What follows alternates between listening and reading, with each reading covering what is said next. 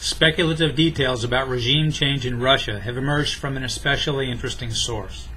They follow a warning reported here 2 weeks ago from Alexander J. Model, professor of political science at Rutgers University, Newark, that military and domestic expenses, cheap oil, and sanctions threaten President Vladimir Putin's ability to buy political support.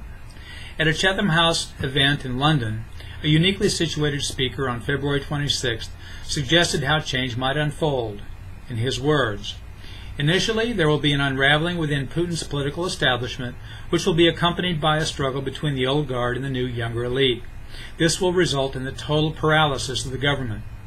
Then, in an attempt to preserve stability, the Kremlin will initiate more political persecutions.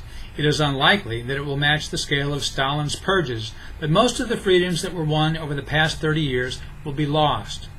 And finally, moral and cultural degradation will give rise to religious radicalism, as well as archaic, xenophobic, and reactionary attitudes. Attempts to limit the corrupting influence of the West will transform into a full-scale witch hunt. Any refusal to go along with acts of aggression and public persecution will result in suspicions of disloyalty. This will lead to even more educated people leaving the country and a further decline in economic potential." The speaker, Mikhail Khodorkovsky, who ran the oil giant Yukos until Putin arrested him in 2003 and dismantled the company. Released in 2013, Khodorkovsky now lives in exile. While the former oligarch remains outspokenly disdainful of Putin, he professes, citing the Russian people, to be optimistic.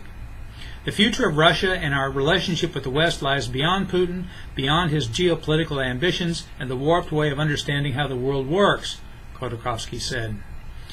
An irritatingly pragmatic question, too important to ignore, is what might happen to 10.4 million barrels a day of oil production while Khodorkovsky's scenario ran its course.